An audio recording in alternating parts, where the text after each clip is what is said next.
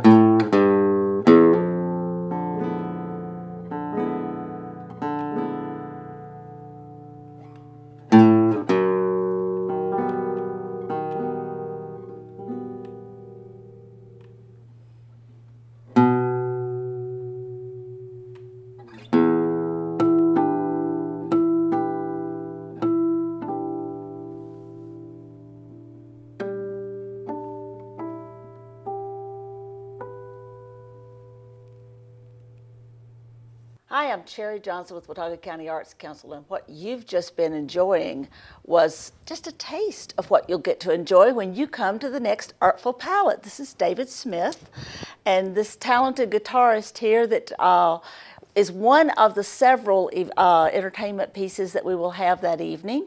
It's August the 22nd, not very far away. A beautiful Friday night at the Harvest House. If you've not been in the Harvest House, you have not seen what we really are talking about. But the Harvest House is kind of modest outside, but inside it is really nice, and you just got to come check it out. We are going to fill your evening with performances such as the one David just gave you a taste of. We'll have several other performances. We'll have a wonderful hors d'oeuvres and tasty beverages, and then we will also have a silent auction and a raffle and absolutely wonderful company.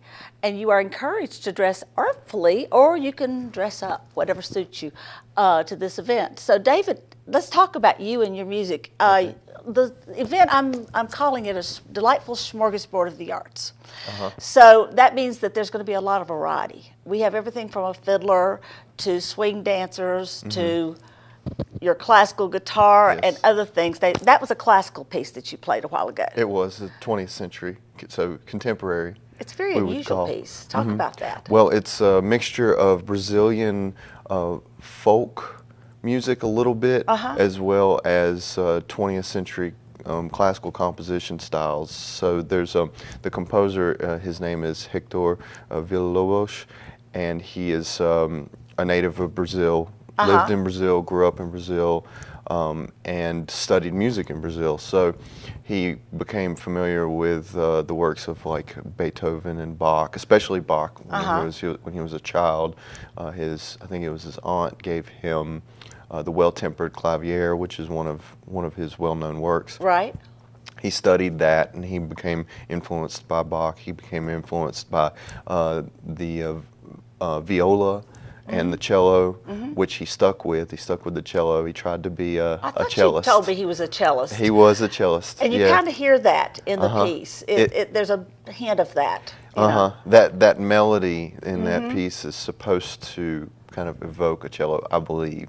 It's his version of a cello on a guitar. Yeah, exactly. And as a matter of fact, he wasn't really a guitarist. He could play guitar a little bit, but the pieces that he wrote were too difficult for him.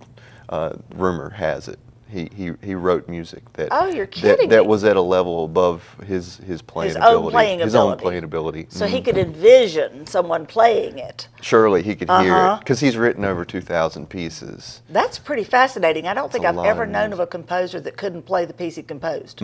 Well, we don't have it on record. We don't have a record of him attempting to play it and failing. I don't think I'm aware of, but that is what they say, that he just wrote a level above his ability. How interesting. Now, do you know of other composers like that? Actually, off the top of my head, I don't. It's kind of unusual. Really. I think it probably is. I mean, a lot of composers wrote music for maybe not their main instruments.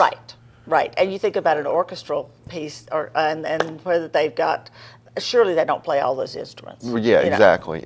So in that sense, there were probably some stuff by other composers that but this was specifically for guitar. Specifically for guitar, because he met Andres Segovia in the 1920s, I believe, maybe early 20s, and so by the 1930s and on, he was composing music for Andres Segovia. How interesting. Well, David, by the way, sounds very knowledgeable, because his specialty is the guitar, but he's also, aren't you a music theorist or music, your degree was in music? Yeah, in music performance. I have a very deep interest in music theory, but I haven't actually been degreed in it yet. Yeah, I probably will. David is teaching. One reason I know David is because that when we first opened Blue Ridge Art Space, actually, is about the time I met David, and he came in wanting to teach guitar, and we hooked you up with the community music school. Yes. And you've been teaching through them. And this summer you taught a crash course. Yep, a guitar crash course. That's right. And that was like 2 intense weeks of of everyday lessons, and you kind of killed off one of your students. Now he got busy and had some things happen in his life and wasn't able to finish, but it was a really cool course. It was. And you're going to kind of teach more of those kinds of things? I think so. Yeah, I'd like to do it again, maybe late August. Right. All for the same thing. This time it'll be Monday, Wednesday, Friday. Okay. For 2 weeks probably. I'm thinking that might spread it out just a little bit. Give you a little time to practice between classes. Instead of one lesson per week, every week. Right. It's just a slightly different approach. Let's just see what we can get out of a person in 2 weeks. Right? To get them, to give them a boost of confidence maybe, and to get them understanding what they're going to learn if they take lessons. Right. And then the idea is that if they choose to, they can elect to take lessons on a long-term basis, but they don't have to. They don't have to. So, and it's a little less expensive than taking lessons over a whole semester. Right. Just take the course and find out if it's for you. That's a really good point. You get started in it. Yes. So we'll be registering those classes very shortly, and so watch for a fall series of workshops to come out, not in the very distant future at all, where we're pulling that information together as we speak, and you will be able to see it soon. Now, if you have a real interest in the Artful Palette, and I sure hope you do, because it is an event that was taking place I became the director of the Arts Council in 1992, and it was at least a couple of years old at that point. And they did the event for several years, and then took a hiatus. And for the Arts Council's 25th anniversary, I invited former board members of the Arts Council who had been people that had put on the Artful Palette in the past to put it back on again as a tribute to the Arts Council's 25 years. And I had this huge team of folks that came and helped, and everybody had such a great time. We've just kind of kept it going. So this is the first time at the Harvest House in Boone. Last year we did it at the Green Park Inn in Blowing Rock, and before that we have done it at Rosen Concert Hall, at the Hayes Performing Arts Center when it existed, and a variety of locations. But this is going to be a slightly different twist on it. I think it'll be a lot of fun. I actually think it's an ideal environment for it. Mm-hmm. And so you've played at the Harvest House before, I think you told me. No, I actually haven't played, you but haven't? I have. Okay. But I have seen people perform there, Okay, so and speakers, yeah. and it's a very nice location. It is. A good sized stage, great sound system.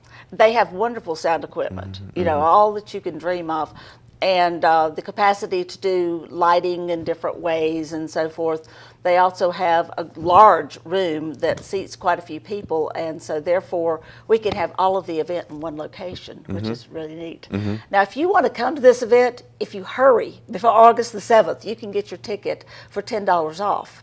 That's a $65 ticket, and if you wait, it's going to be $75. Now, this is, you might say, well, is that a little pricey? Well, that is a fundraiser. The point of this event is to raise money to further the arts in Watauga County, to do all the really wonderful things that we do all across the community all year long. And it is an annual event that helps to support the arts and making the arts a presence in our community, as is the Arts Council's slogan. We need their support. We definitely do. Yes. And not just this event. No. We need your support in all different ways. We all benefit from the presence of the arts in our community. And sometimes I don't even think we recognize that we're benefiting from it. And then we also sometimes take it a little bit for granted. So this is an opportunity to kind of celebrate that and to make it, something special and to really, And I had David dress up a little bit because this event is a little bit above your average barbecue kind of an event where you go in your blue jeans. This is one that you can choose to dress up as fine as David's dressed today, or you can choose to wear something that's a little bit toned down from that, or you can even dress artfully. We would love to see you dress artfully and see what you interpret that term to mean in terms of attire. So it'll be really cool. But you definitely snazzed up the set here, David. I'm glad I did. I don't have too many occasions where I have to dress like this. Oh, I thought you were going to tell me you wear it at least once a week. If only. If only. Well, when you want to come and see David in his tux again, this is a great opportunity. Again, the date is August the 22nd. It is a Friday night, and it's a wonderful, wonderful way to celebrate the arts in Watauga County. We hope you'll be part of it. Check our website. You can even purchase your tickets there, watauga-arts.org, for this and a lot more. Watauga Arts Council with your host, Cherry Johnson, serving arts in Watauga County for more than 30 years.